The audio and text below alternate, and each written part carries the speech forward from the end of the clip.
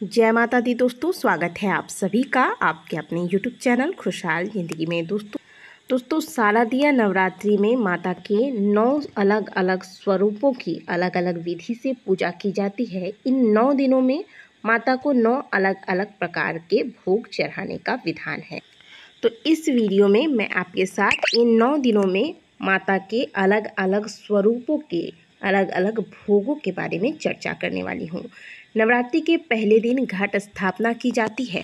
इस दिन माँ दुर्गा के प्रथम स्वरूप माँ शैलपुत्री की पूजा की जाती है। माँ शैलपुत्री हिमालय की पुत्री थी और माता की पूजा में मुख्य रूप से माता को गाय के घी से बना हुआ भोग अर्पित किया जाता है। नवरात्रि के पहले दिन माता को गाय के घी से बना हुआ हलवा, रबड़ी या मावे के लड्डू या गाय का घी अर्पित किया जाए तो इससे भक्तों को अच्छे स्वास्थ्य की प्राप्ति होती है। नवरात्रि के दूसरे दिन माता के दूसरे स्वरूप माँ ब्रह्मचारिणी की पूजा की जाती है। इनका प्रिय भोग शक्कर और पंचामृत माना जाता है। इसके अलावा भी आप कोई और भोग अर्पित करना चाहे तो अवश्य अर्पित करें, लेकिन दूसरे दिन माता ब्रह्मचारिणी को शक्कर का भोग लगाना न भूलें। माता के तीसरे स्वरूप को माँ चंद्रघंटा के नाम से जाना जाता है। माँ चंद्रघंटा को दूध बहुत प्रिय है। माता को दूध से बनी हुई मिठाई, खीर का भोग लगाना चाहिए। माता के चौथे स्वरूप को माँ कुष्मांडा के नाम से जाना जाता है। नवरात्रि के चौथे दिन माँ कुष्मांडा की साधना की जाती है और इस दिन माता को मालपुए का भोग लगाया जाता है। माँ को मालपुए बहुत पसंद है। आज के दिन आप मालपुए का दान भी कर सकते हैं, इससे माता प्रसन्न होती है। बात करें माता के 5वें स्वरूप और उनके भोग की, तो माँ दुर्गा के स्कंद माता स्वरूप की नवरात्रि के 5वें दिन पूजा की जाती है। माँ को फल पसंद होते हैं, इसमें केले का भोग लगाया जाता है।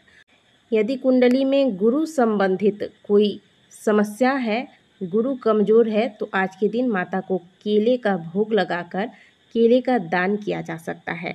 इससे गुरु संबंधित समस्याएं समाप्त होती हैं। माता के छठे स्वरूप को हम सभी माँ कात्यायनी के नाम से जानते हैं।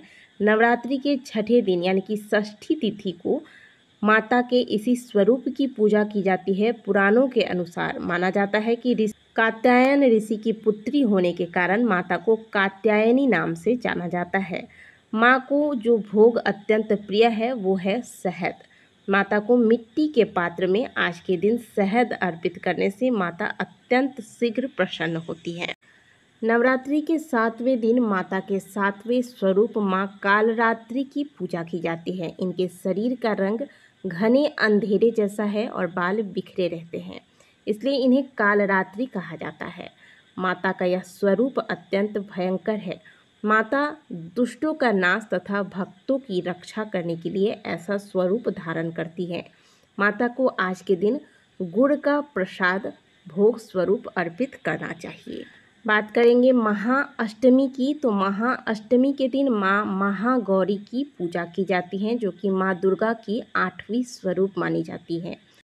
वास्तव में माता पार्वती ही महागौरी हैं। इन्होंने भगवान शिव को पति रूप में प्राप्त करने के लिए बहुत कठिन तपस्या की थी। तपस्या के कारण इनका शरीर का रंग काला पड़ गया था। फिर जब प्रसन्न होकर भगवान भोलेनाथ ने इनको दर्शन दिया और फिर भगवान ने इनको गौर वर्ण का कर दिया और ये इतनी गोरी हैं कि इनकी कोई तुलना ही नहीं कर सकता, इसलिए इन्हें महागौरी के नाम से जाना जाता है। माता का प्रिय भोग नारियल है, तो आज के दिन यानी कि अष्टमी के दिन माँ महागौरी को नारियल का प्रसाद या तो नारियल या फिर नारियल से बनी हुई मिठाई माता को अर्पित करें। माँ सिद्धिदात्री माँ दुर्गा की 9वीं शक्ति है। माँ सिद्धिदात्री भक्त को सभी प्रकार की सिद्धियों को देने वाली है। नवरात्र के 9वें दिन यानी कि 9वीं तिथि पर इनकी पूजा की जाती है और इनकी पूजा के बाद कन्या पूजन करने का विधान है। माता को विशेष करके तिल से बने हुई मिठाइयाँ और हलवा, पूरी, खीर का भोग लगाया जाता है। इससे माता प्रसन्न होकर भक्तों को सभी प्रकार की सिद्धियाँ प्रदान करती हैं। तो दोस्तों ये थे माता के 9 अलग अलग स्वरूप और उनके प्रिय भोग जो नवरात्रि के दौरान उन्हें अर्पित करने चाहिए।